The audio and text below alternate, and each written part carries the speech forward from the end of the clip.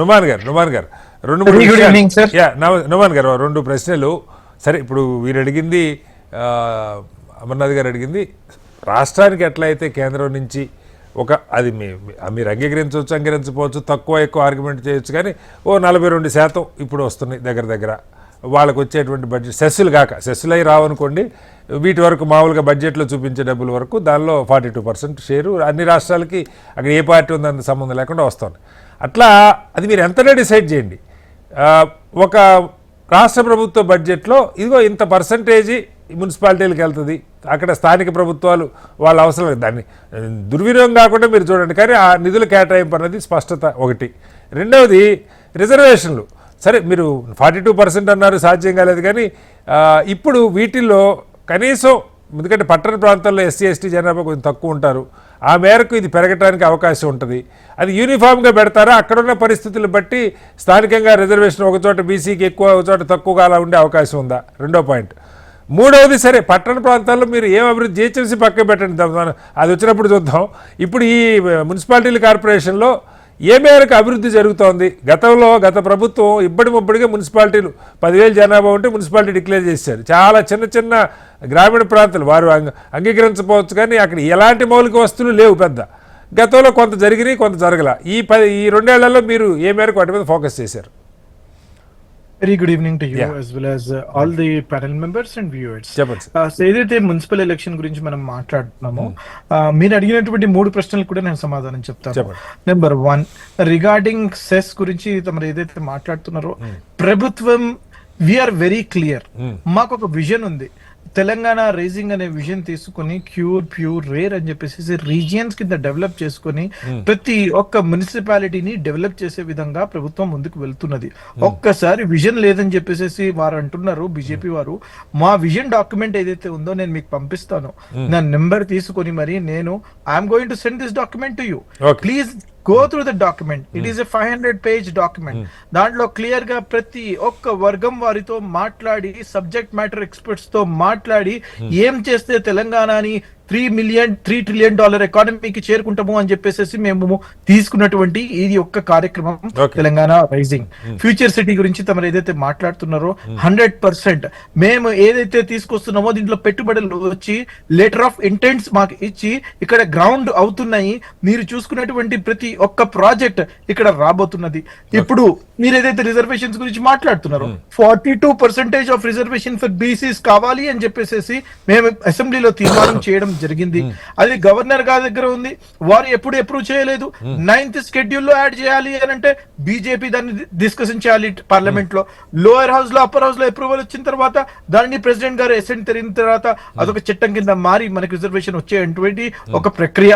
కానీ ఇది రాహుల్ గాంధీ గారు చేసిన కార్యక్రమం కాబట్టి రాహుల్ గాంధీ గారు ముందు నుంచే వారు క్లియర్ గా న్యాయ్, సామాజిక న్యాయ్ హోనా చాయే, గింతీ కరో అని చెప్పడం వల్ల తెలంగాణలో, కర్ణాటకలో మేము 100% చేస్తామని చెప్పేసి తెలంగాణలో అమలు చేసిన తర్వాత ఈ రోజు వారు బీజేపీ వారు దానిని తీసుకొని మేము దేశం మొత్తం చేస్తానంటున్నారు. అంటే ఇది రాహుల్ గాంధీ గారి విజయం కాదా? రాహుల్ గాంధీ గారు 100% is clearly with vision. Numan గారు కులగండ చేస్తున్నారు, కానీ దాని ఆధారంగా రిజర్వేషన్లు ఇస్తాం, 50% క్యాప్ ఎత్తేస్తామని బీజేపీ ఎక్కడే చెప్పలా. వాళ్ళు ఇంకా 10% ఈడబ్ల్యూఎస్ కింద అగ్రవర్ణాల్లో పేదలకు ఇస్తున్నారు తప్ప, దీన్ని రిజర్వేషన్ 50% పైకి పెంచుతాం, అది ఆ క్యాప్ తీసేస్తాం, ఆ ప్రయత్నం ఎక్కడ నేను వినలా. వారు అనలేదు సార్, కానీ ఒక డిస్కషన్ అయితే ఈరోజు జరుగుతుంది సార్. క్యాష్ బేసిస్ జిస్కి జితనీ భాగీదారీ ఉస్కి ఇతనీ హిస్సేదారీ అని చెప్పేసి ఏదైతే లీడర్ ఆఫ్ అపోజిషన్ గా ఉన్నటువంటి రాహుల్ గాంధీ గారు ఆ రోజు భారత్ జోడో యాత్ర తర్వాత భారత్ న్యాయ యాత్ర తీసుకున్నటువంటి తరుణంలో, పార్లమెంట్ ఎలక్షన్స్ కంటే జరిగినటువంటి తరుణంలో మేము దీనిని 5 న్యాయలో ఒకటి మేము దీన్ని పెట్టినాము. గింతీ కరో, ఎవరికి ఎంత ప్రపోర్షనేట్ పాపులేషన్ ఉందో ప్రపోర్షనేట్ రిసోర్స్ ఎలొకేషన్ కూడా చెయ్యాలి అని చెప్పేసి డిస్కషన్ తీసుకొచ్చినటువంటి మొట్టమొదటి వ్యక్తి శ్రీ రాహుల్ గాంధీ గారు. మున్సిపాలిటీ గురించి వస్తున్నాను సార్, మున్సిపాలిటీ గురించి వస్తున్నాను. ఇది ఎక్కడ ఎక్కడైతే మెజారిటీ ఆఫ్ కాన్సన్ట్రేషన్ ఉన్నదో దాని ప్రకారం యాజ్ యూ రైట్లీ సెడ్ తాండాల్లో ఎక్కువ ఎస్టీ పీపుల్ ఉంటారు కాబట్టి మున్సిపాలిటీస్ లో వీరి సంఖ్య తక్కువ ఉంటుంది కాబట్టి అఫ్ కోర్స్ ఎస్టీ యొక్క రిజర్వేషన్ కొంచెం తగ్గి బీసీ యొక్క రిజర్వేషన్ కి పెంచే విధంగా ప్రపోర్షనేట్లీ ఎక్కడ చేస్తే బాగుంటుందని చెప్పేసి దీన్ని వర్కౌట్ చేస్తున్నారు 100% in the very same week, ఇదే వీక్ లో. ఎందుకంటే హాలిడేస్ రావడం వల్ల పబ్లిక్ హాలిడేస్ ఉండడం వల్ల దీని మీద కొంచెం లేట్ అవుతుంది. Otherwise it is going to happen most likely by Friday. Final draft రాబోతుంది. ఫైనల్ డ్రాఫ్ట్ వచ్చిన తర్వాత రిజర్వేషన్స్ ఏంటిది, ఏ సెగ్మెంట్ లో ఎవరు పోటీలో ఉంటారు, బీసీఆ, ఎస్సీఆ, ఎస్టీఆ, విమెనా అని చెప్పేసి క్లియర్ గా మనకు అర్థమవుతుంది ఇదే వీక్ లో. నేను I'm going to tell you sir, 100% Telangana government under the leadership of Shri Revanth Reddy garu we are committed for social justice, we are committed for the development of Telangana. 100% Telangana కోసం, డెవలప్మెంట్ కోసం మేము మాటలు చెప్పడం కాదు, 100% ప్రతి ఒక్కటి అమలు చేస్తున్నాము. వారు ఒక మాట అన్నారు, ఏమని చెప్పేసి ఒక్క గోడ మాత్రం కట్టారా చూపిమని చెప్పేసి వారు అడుగుతున్నారు. వారు ఒక్కసారి మాతో వస్తే మేము తీసుకెళ్లి వాళ్ళకి చూపిస్తాము. వాళ్ళు కబోదులుగా మాట్లాడకూడదని చెప్పేసి నేను మీ ద్వారా రిక్వెస్ట్ చేస్తున్నాను. 100% మీరు చూసుకున్నటువంటి గచ్చిబౌలిలో future city global summit Telangana next 25 సంవత్సరాల కోసం తయారు చేసిన గ్లోబల్ సమ్మిట్ ను తేరాలలో ఉన్న టెంట్లలో చేశారు సార్ మీరు. అమర్నాథ్ గారు దయచేసి, అంటే నేను సిటీ జిహెచ్ఎంసీ కాకుండా నుమాన్ గారు ఇప్పుడు గ్లోబల్ సమ్మిట్ నుమాన్ గారు నేను అడుగుతున్నది మున్సిపాలిటీలో 117 మున్సిపాలిటీలు ఉన్నాయి, 6 కార్పొరేషన్లు ఉన్నాయి. సరే కొన్ని పెద్ద ఇప్పుడు కరీంనగర్, వరంగల్ ఎంతో కొంత డెవలప్, నిజామాబాద్ ఇలాంటి డెవలప్ అయినాయి. కొత్త మున్సిపాలిటీలు నరసింహారెడ్డి గారు ఇస్తాను. చాలా చిన్న చిన్న మున్సిపాలిటీలు గత ప్రభుత్వాలు ఏర్పడ్డాయి.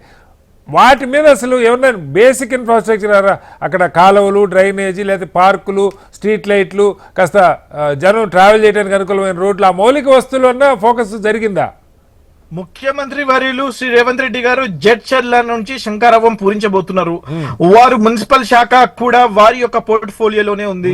100% మీరు వారి ద్వారానే వినబోతున్నారు మున్సిపాలిటీకి ఏ రకంగా ఫండ్ ఎలొకేషన్ జరగబోతున్నదో.